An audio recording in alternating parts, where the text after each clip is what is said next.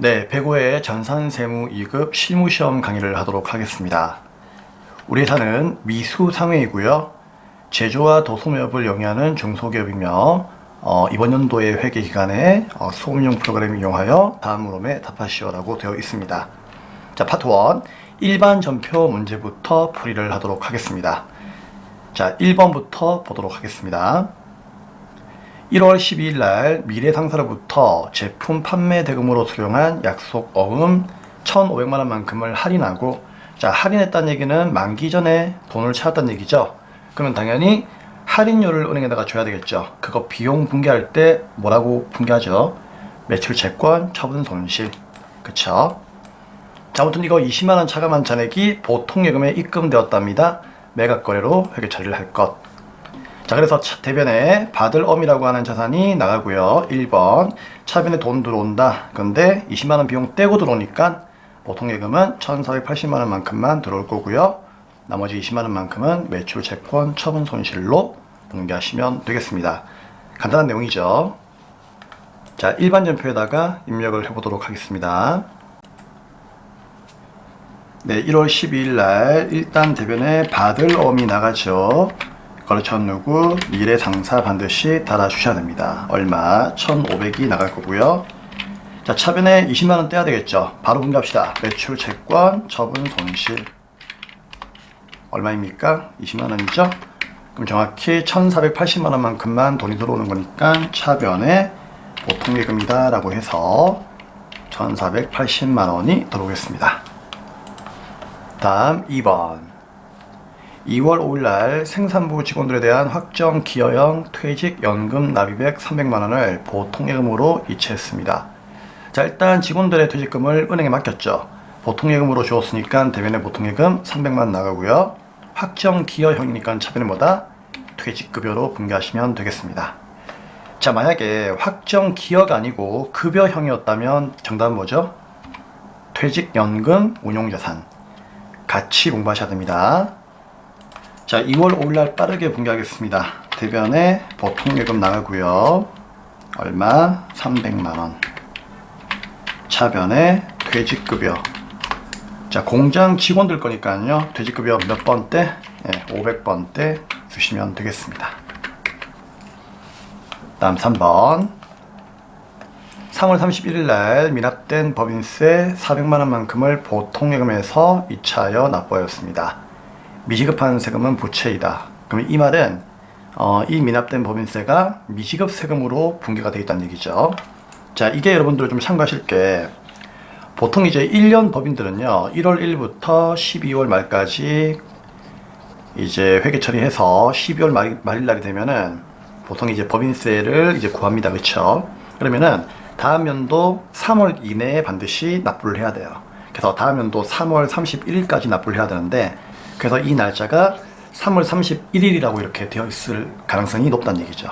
그래서 얘는 12월 말 날에 미지급 세금으로 분계된 거 있죠. 미지급 세금으로 분계된 걸 납부한 거니까 그 미지급 세금을 부채로 인식을 해야 된다, 그 뜻이에요. 그래서 차변의 부채 감소, 미지급 세금이 되는 거고 대변의 보통예금이 나가는 겁니다. 그 당시에는 이제 차변의 법인세 비용, 대변의 미지급 세금 이렇게 분계되어 있다는 얘기죠. 그걸 납부한 거예요.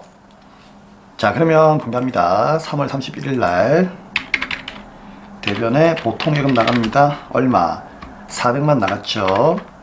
차변에 얘를 미지급 법인세라고, 미지급 세금이라고 분계를 하시면 되겠습니다.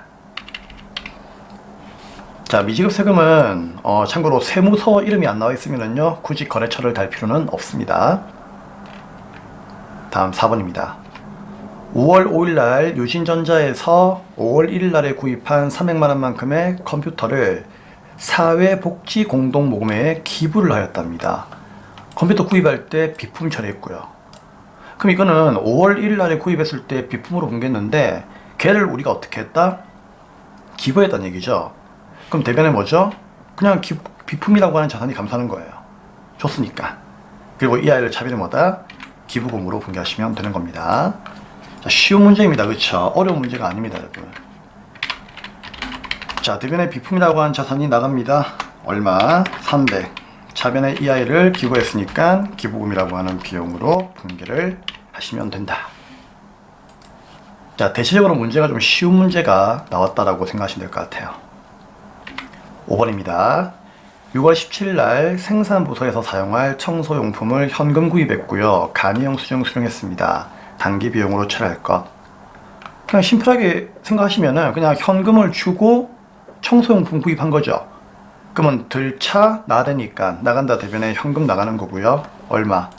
총액이 200이죠.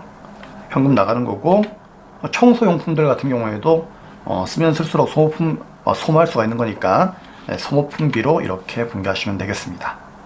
뭐 청소용품이라고 하면은 뭐 빗자루가 될 수도 있고, 또는 뭐 락스 뭐 이런 게 될 수도 있고요. 뭐 퐁퐁 이런 거 있죠. 세제 그런 것들이 될 수가 있는데, 그런 것들은 전부 다 소모하는 것들이니까 소모품비로 분개하시면 되겠습니다.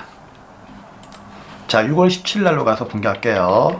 자, 대체적으로 좀 쉬운 문제였습니다. 그렇죠? 자, 대변에 현금 나가고요. 2만원. 차변에 이 아이들을 공장에서 청소할 거니까 소모품 B로 분개하시면 되겠습니다. 500번대. 자, 비용으로 분개하라고 있기 때문에 소모품비예요. 만약에 이거를 자산으로 분개하라 그러면은 그때는 소모품으로 분개하시면 되는 겁니다. 자, 이렇게 해서 일반 전표 문제는 끝이 났습니다. 자, 다음 문제는 메인 매출 전표로 가도록 하겠습니다. 네, 파트 2 메인 매출 전표 입력으로 가도록 하겠습니다. 자, 일반 전표는 이제 끄시면 되고요. 메인 매출 전표 띄우시고 1번 문제부터 풀이를 하도록 하겠습니다. 네, 1번 1월 20일 날 하이마트에서 탕비실에 비치할 목적으로 냉장고를 330만원 부가세 포함해서 구입을 했고요. 현금 영수증을 수취했습니다. 자산 처리할 것. 그럼 이때는 냉장고가 탕비실에 비치할 목적이니까 판매용은 아니죠. 영업용이니까 뭐 비품으로 분개하시면 되는 겁니다. 자, 부가세가 포함되어 있다는 거 잊지 마시고요. 자, 그러면은 구입하고 현금 영수증이니까 매입의 현금 과세로 가시면 되겠네요. 1월 20일 가겠습니다. 자, 매입의 현금 과세는 61번이죠. 품목은 냉장고. 그리고 자, 공급가액은 얼마를 적어요? 자, 현금 과세는 이게 부가세하고 잘라지죠. 그래서 부가세 포함한 금액 그냥 330만원 그대로 입력하시면 돼요. 그러면은 300에 30만원을 잘라줍니다. 자, 거래처는 누구였습니까? 거래처가 누구였죠? 하이마트였죠. 네. 그러면은 하이마트로 적으시면 되고요. 자, 분개는 현금입니까? 저는 현금으로 지출했죠. 네, 그렇기 때문에 1번 저는 현금 분개하시면 되고, 차별 구입한 건 원전은 아니니까 비품으로 이렇게 고치면 끝나는 문제입니다. 다음 2번입니다. 2월 9일 날 영업부에서 비품으로 사용하던 복사기가 있는데요. 취득가 500만원, 감루가 225만 5천원. 그러면 이제 500에서 225만 5천원을 빼야 되겠죠. 한번 빼볼까요? 225만 5천원. 자, 계산기로 한번 빼보니까 274만 5천원이 현재 장부의 가액이다, 그 얘기예요. 아시겠죠? 자, 아무튼 이런 비품을 유미산업에다가 200만원 부가세 별도로 처분했고 팔았다는 얘기죠. 세운계안서 체크 발급하였습니다. 대금은 보통예금 계좌로 입금되었네요. 자, 그러면 처분을 하고, 즉 팔고 세운계안서를 발행했으니까 당연히 2월 9일 날에 매출의 과세가 되겠죠. 그쵸? 몇 번? 11번. 자, 무엇을 팔았느냐? 복사기 팔았다는 얘기죠. 또는 비품이라고 해도 괜찮아요. 근데 이걸 얼마에 팔았습니까? 200에 팔았죠. 부가세는 20이고요.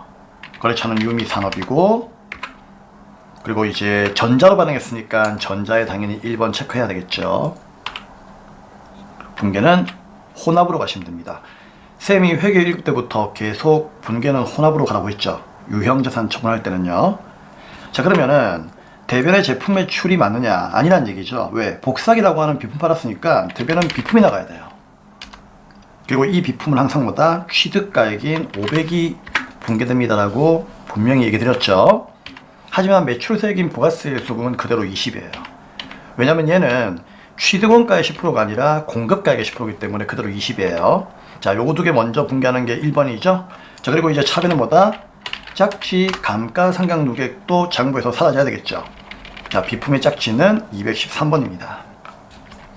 그럼 얘는 얼마 사라지느냐? 당연히 225만 5천원이 사라져야 되겠죠. 그러면 이 500과 225만 5천원을 빼면은 방금 쌤이 체크했던 이 장부가액인 274만 5천원 나오잖아요. 무슨 얘기인가 하면은 274만 5천원은 받아야만 나한테 본전이 된다, 그런 얘기예요.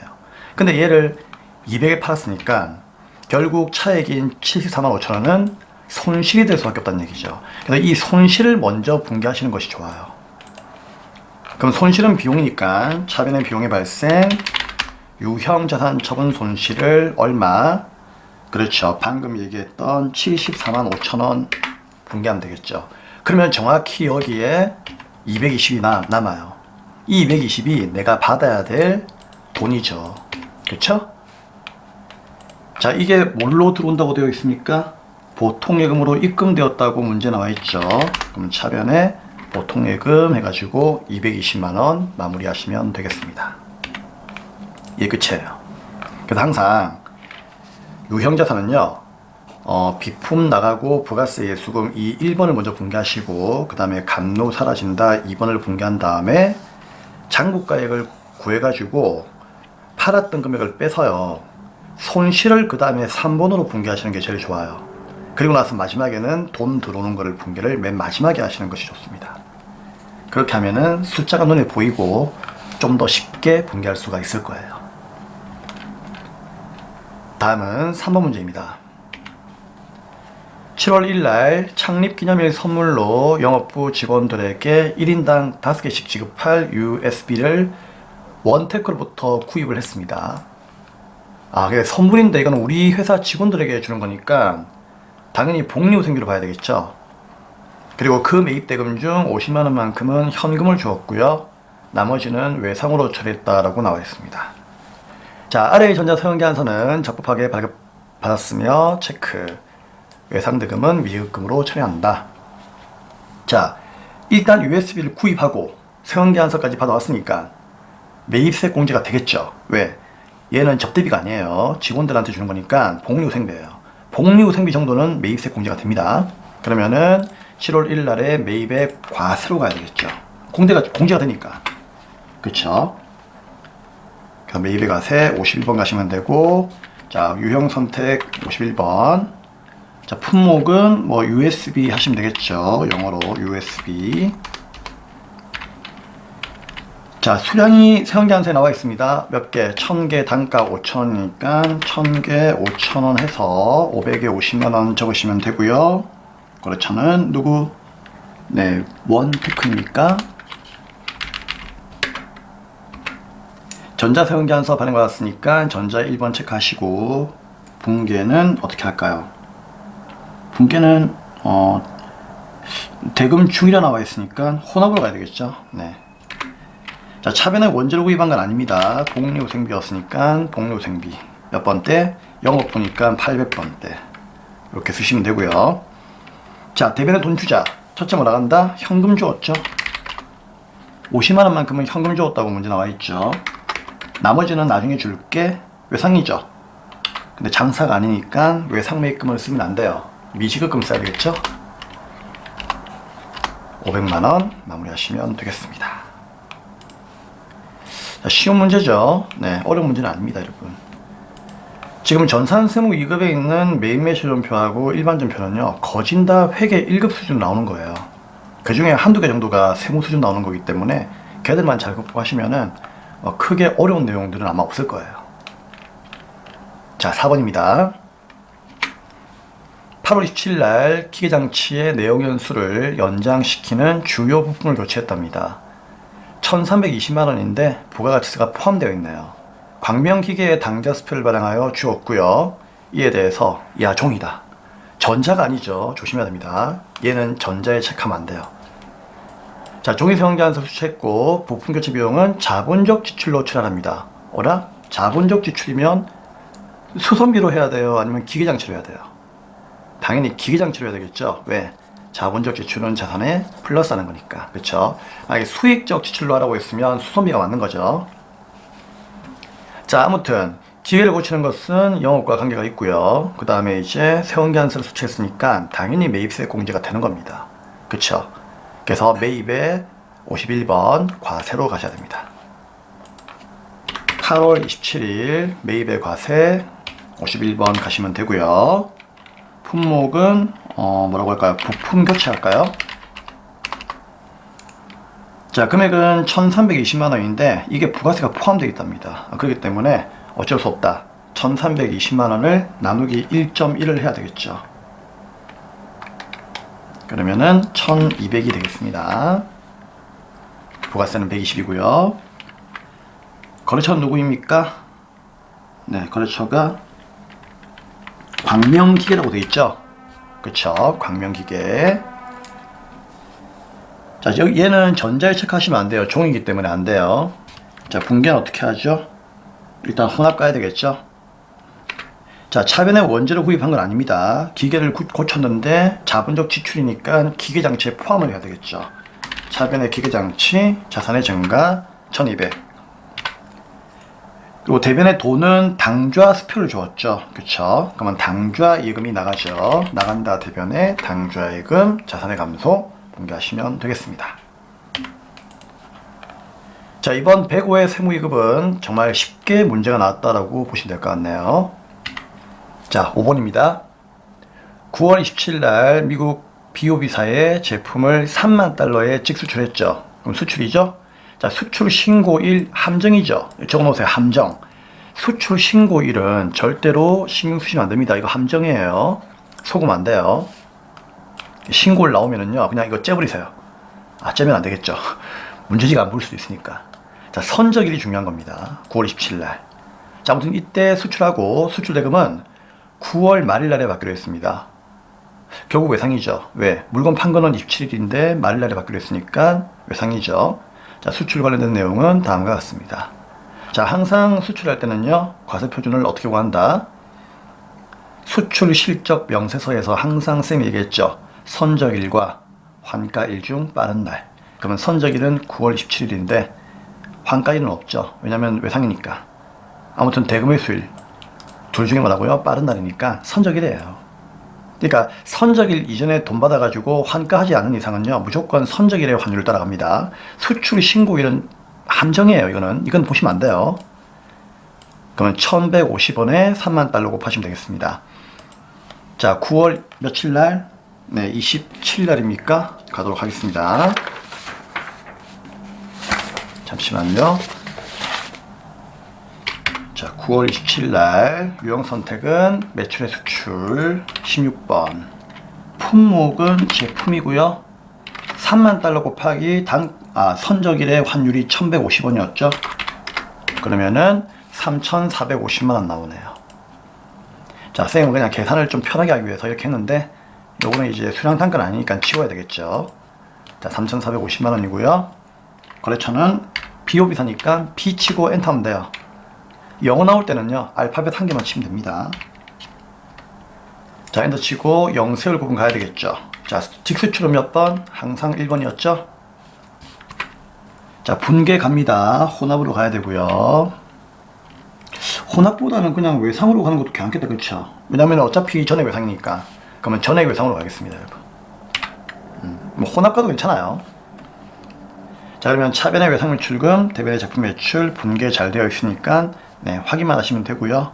이렇게 해서 매입 매출전표 입력에 관한 문제는 마무리가 되었습니다. 자, 1, 2, 3, 4, 5번 뭐 전산회계 1급 수준의 문제였고요. 크게 어려운 내용 아니니까 예, 공부하시면 되고, 자, 이제 다음은 이제 결산 문제로 가야 되겠죠. 부가세하고 원천징수는 다음 강의에서 하도록 하겠습니다. 자, 결산 문제 보도록 하겠습니다. 네, 문제 4번 결산 문제 보도록 하겠습니다. 자, 우리 전산회계상에서 결산 순서가 있죠. 첫 번째 수동 결산 먼저 하셔야 되고요. 그 다음에는 자동 결산을 하시면 돼요. 자, 수동 결산은 당연히 일반 전표 입력 메뉴에서 12월 말일 날로 직접 분개하시면 되고요.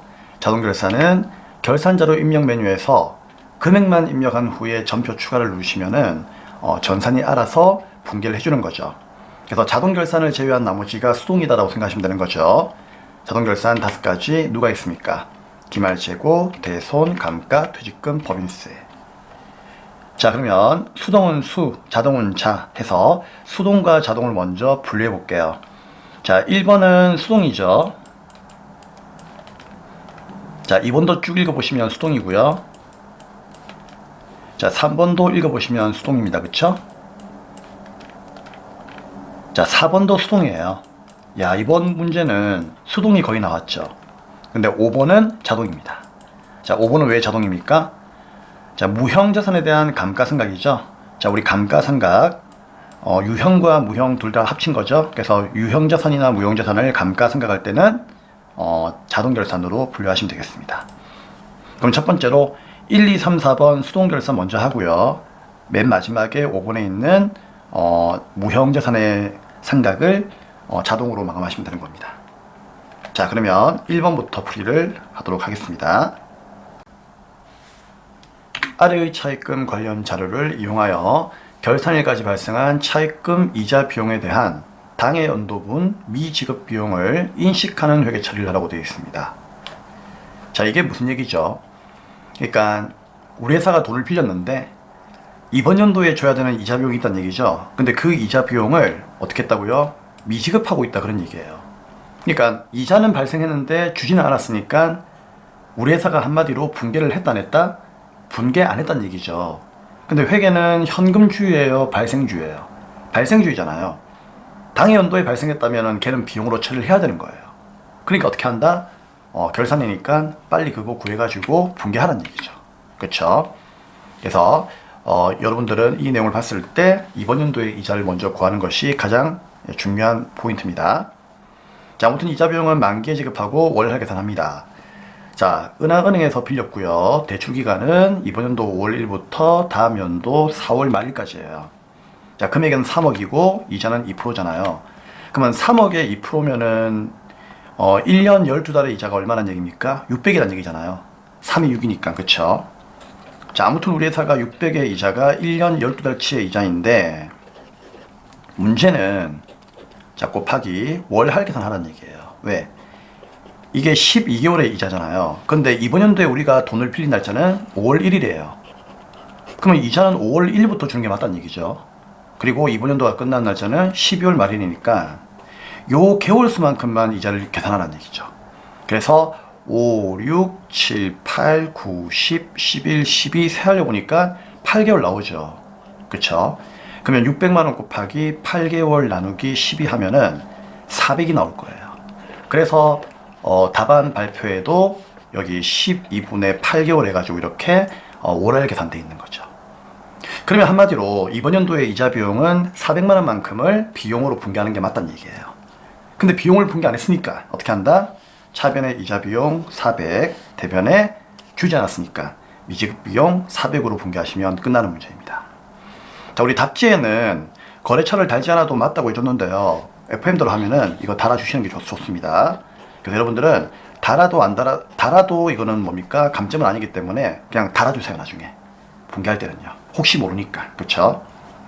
자, 그러면은 12월 말날 일반 전표로 가셔가지고 이 분계를 하시면 되는 겁니다. 자, 수동 분계는 직접 분계해야 되겠죠? 자, 12월 말날에 차변에 이자 비용 얼마? 네, 400이 생겼다. 근데 못 주고 있으니까 대변에 지급하지 못한 비용, 미지급 비용으로 은행까지 거래처 달아주면서 400을 마무리하시면 되는 겁니다. 다음 2번. 자, 12월 1일날. 자, 1일날에 발생했다는 얘기죠. 장부상 현금보다 실제 현금이 86,000원만큼 많은 것을 발견하여 현금 과부적으로 회계 처리하였으나 기말까지 원인을 파악하지 못했다. 그럼 이거는 12월 1일날 그 당시에 어떻게 분개했는지만 알면 되죠. 어떻게 분개했을까요? 장부상 현금보다 실제가 많다는 얘기죠. 그럼 금고에 돈이 많으면은 돈이 그만큼 많이 들어온 거니까 차변에 현금이 얼마? 86,000원 들어왔을 것이고 이거 못 찾았으니까 그 당시에 현금 과부족으로 이렇게 8만원 6천원을 분개했단 말입니다. 그쵸? 근데 이렇게 해가지고 이제 문제 풀러도 괜찮고요. 아니면은 12월 1일날 일반연표로 한번 가보세요. 가면은 이 분개가 되어 있을 거예요. 그쵸? 자, 이거 금액에 클릭하시면은 현금은 차변에 있고 현금 과부족은 대변에 있잖아요. 그쵸? 그럼 방금 쌤이 분개한 것처럼 이렇게 나올 거란 얘기예요. 그쵸? 자, 그럼 여러분 이거 기말까지 원인을 파악하지 못했답니다. 그쵸? 그럼 어떻게 하면 되죠? 대변에 있는 현금 과부족은 임시계정이니까 차변에 없애버리면 되고요. 그쵸? 그럼 대변의 원인 모르죠? 원인 모르면 잡손실 잡이익인데 대변은 수익자리니까 잡이익으로 분개하시면 된다 그 얘기예요. 그러면은 12월 말일날 차변의 현금 과부족이 사라집니다.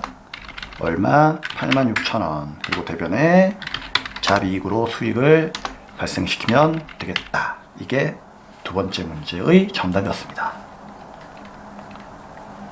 자, 3번. 이기확정 신고기간의 부가가치세와 관련된 자료인데요. 12월 말날에 부가세 대금과 예수금을 정리하는 회계 처리하시오. 즉 상계 처리 분개라고 했죠. 우리 상계 처리 분개하면 무조건 분개의 왁구가 어떻게 되는 거죠? 차변에 부가세 예수금, 대변에 부가세 대금. 무조건 이거 가는 거 알고 있죠. 자, 입력된 데이터는 무시하고 납부세액은 또는 환급세액은 미지급세금으로 환급이 된다면 이제 미수금이 되겠죠. 가산세는 세금과 원가, 경감세액은 잡이익으로 처리하시오. 그러면 차변의 부가세 수금이 2,545만원 그대로 여기 오는 거고요. 자, 대변의 부가세 대금이 3,140만원 그대로 오는 겁니다. 그러면 이런 경우는 지금 부가세 대금이라고 하는 매입세액이 더 많죠. 그래서 환급을 받아야 되겠죠. 환급을 받아야 되는 거니까 받지 못한 돈 미수금으로 분개되는 거죠. 그쵸? 근데 내가 가산세도 내야 되고 또 전자신고했으니까 세액공제도 받겠죠.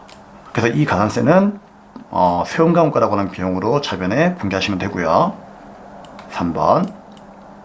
그리고 많은 만큼 공제받는 거는 잡이익으로 처리하고 있으니까 대변의 수익 발생 잡이익으로 분개를 하시면 됩니다.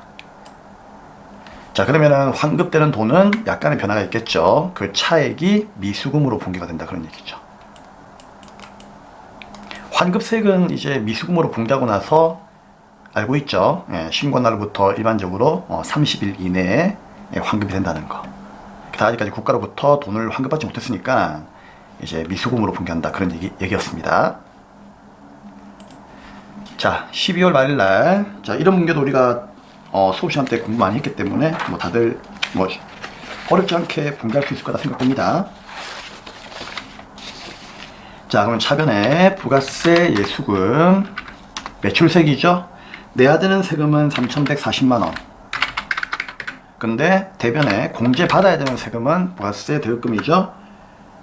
얘는 이제 내야 되는 돈이 죄송합니다. 3,140이 아니고 6,545만원이죠. 네. 여러분 용서해 주세요. 자, 그 다음 대변에 부가세 대금 환급받아야 되는 건 3,140만원이죠. 그럼 국가로부터 595만원만큼을 돌려받으면 되는 건데, 야, 내가 죄를 지었네. 그래서 세금과 원가 가산세 내야 됩니다. 이게 얼마입니까? 6만원 돼 있죠? 그럼 6만원 빼고 이제 돌려받으시면 돼요. 얼마? 589만원만큼. 아시겠죠? 근데 내가 또 잘한 게 있네? 전자신고 하는 바람에 만원을 또 공제받을 수 있어요. 그럼 대변에 뭐다?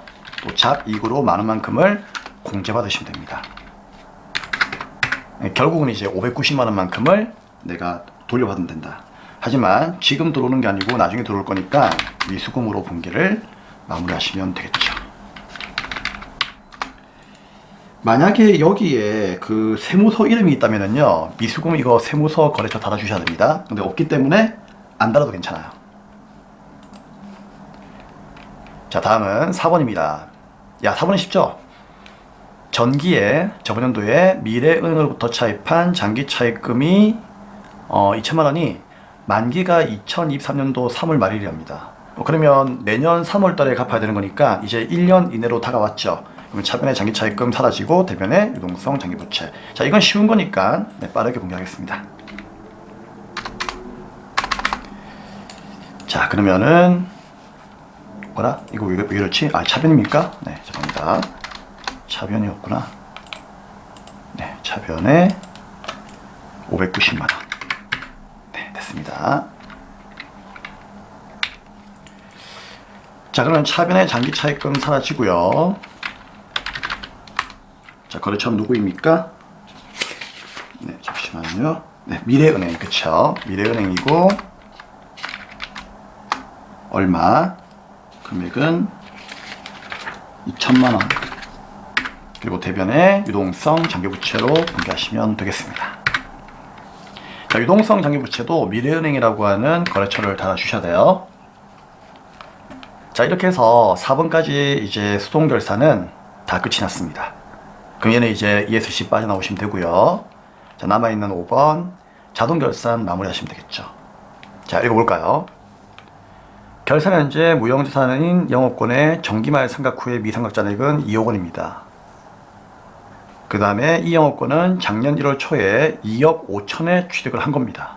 단 무형자산에 대하여 5년간 월할 견적 상각하고 있으며, 이 말은 정액법을 쓰고 있다는 얘기죠.